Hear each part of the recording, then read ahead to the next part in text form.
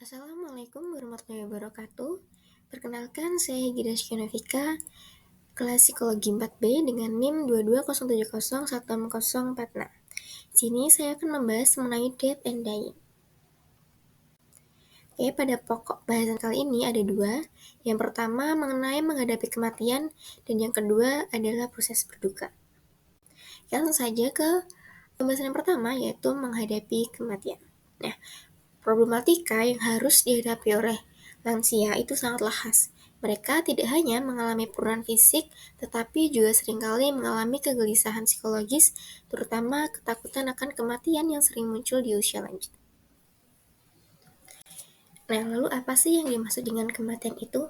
Nah, kematian sendiri diartikan sebagai penghentian total dari fungsi-fungsi vital tubuh yang menandai berakhirnya kehidupan seseorang. Santrok menjelaskan bahwa kematian dapat dikenali melalui berhentinya beberapa fungsi biologis seperti pernapasan dan sirkulasi darah, serta kekakuan pada tubuh yang semua itu merupakan indikator yang jelas dari kematian. Nah, sedangkan kematian menurut Islam didefinisikan sebagai sebuah transisi atau perpindahan roh untuk memasuki kehidupan baru yang lebih agung dan abadi. Pandangan dan interpretasi setiap orang terhadap kematian sangatlah berbeda dan unik. Perbedaan ini seringkali dipengaruhi oleh faktor usia atau tahapan dalam siklus kehidupan seseorang. Misalnya, individu yang berada di usia senja seringkali mengalami berbagai ketakutan, dengan salah satu yang paling umum adalah ketakutan akan kematian. Kecemasan terhadap kematian dapat muncul pada lansia saat terdapatnya ketidakpastian tentang adanya kehidupan setelah kematian, akan kehilangan orang-orang yang dicintai, serta kesendirian. Berikut terdapat sikap-sikap yang mengarah pada kecemasan pada kematian. Yang pertama, kematian adalah akhir dari segala-galanya. Yang kedua, hilangnya kontrol atas diri sendiri. Ketiga, perpisahan dengan orang yang dicintai. Keempat, ketidakberdayaan.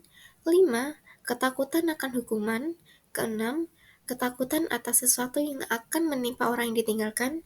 Dan yang ketujuh, perasaan gagal, misalnya tugas-tugas yang belum diselesaikan atau keinginan dan harapan yang belum terpenuhi.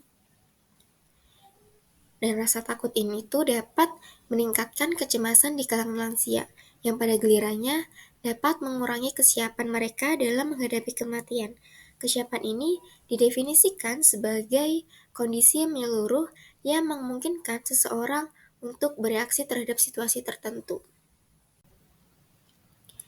Kesiapan dalam menghadapi kematian itu terdiri dari dua aspek, yaitu spiritual dan juga psikis.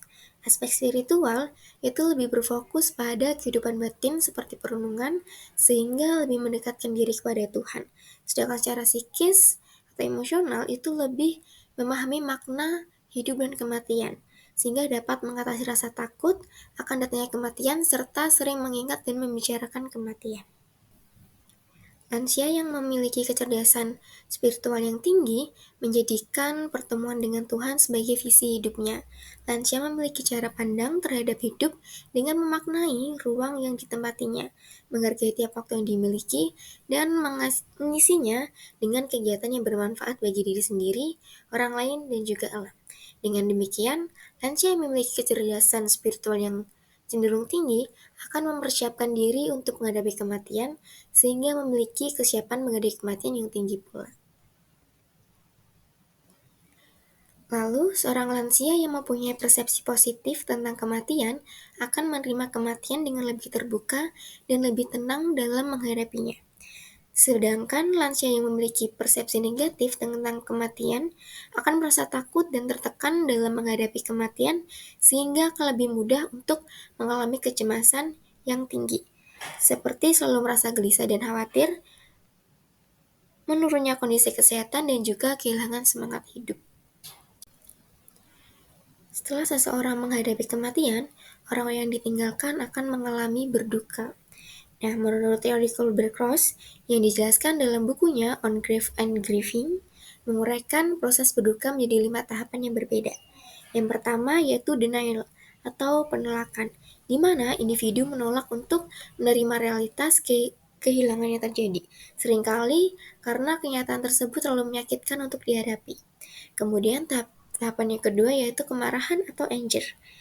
Muncul sebagai reaksi terhadap perasaan tidak adil dan frustasi akan kehilangan tersebut. Selain itu, tahapan tawar-menawar atau bargaining dimulai di mana individu mencoba mencari cara untuk menghindari atau mengurangi rasa sakit dari kehilangan dengan berbagai cara, termasuk melalui negosiasi atau membuat janji kepada ketakutan yang lebih tinggi.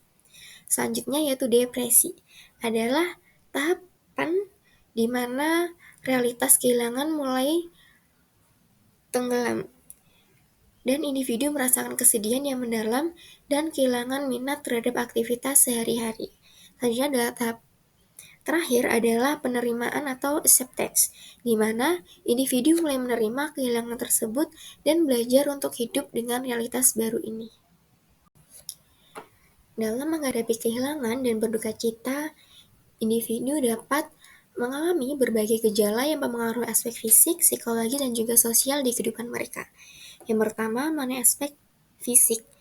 Seringkali ini disebabkan oleh kecemasan atau stres akut yang mengakibatkan seseorang mengalami gangguan tidur seperti insomnia, sakit kepala, kelemahan tubuh, fluktuasi berat badan, kelelahan, dan hilangnya nafsu makan. Selanjutnya mengenai aspek psikologis. Ini dapat lebih kompleks dan meliputi perasaan marah yang mungkin timbul dari frustasi atau rasa tidak adil atas kehilangan, kesedihan yang berkepanjangan, perasaan bersalah, perasaan kegagalan, kesulitan berkonsentrasi, penolakan terhadap kenyataan, dan juga depresi. Selanjutnya mengenai aspek sosial. Ini seringkali terlihat dalam bentuk menarikan diri dari interaksi sosial. Berikut terdapat faktor-faktor yang mempengaruhi kedalaman dan durasi duka cita yang dialami oleh seseorang. Yang pertama, yaitu kedekatan hubungan dengan almarhum, di mana individu yang memiliki ikatan emosional yang kuat cenderung merasakan kehilangan yang lebih mendalam. Yang kedua, kepribadian seseorang. Misalnya, individu dengan kecenderungan kepribadian tertentu mungkin lebih rentan terhadap stres dan kesedihan yang intens saat berduka, terutama bagi mereka yang lebih muda dan mungkin kurang memiliki mekanisme coping yang matang. Yang ketiga, yaitu proses kematian itu sendiri, di mana kematian tiba-tiba atau traumatis dapat membuat seseorang kesulitan menerima realitas dan kehilangan tersebut. Oke, sekian dari saya. Kalau lebihnya mohon maaf. Wassalamualaikum warahmatullahi wabarakatuh.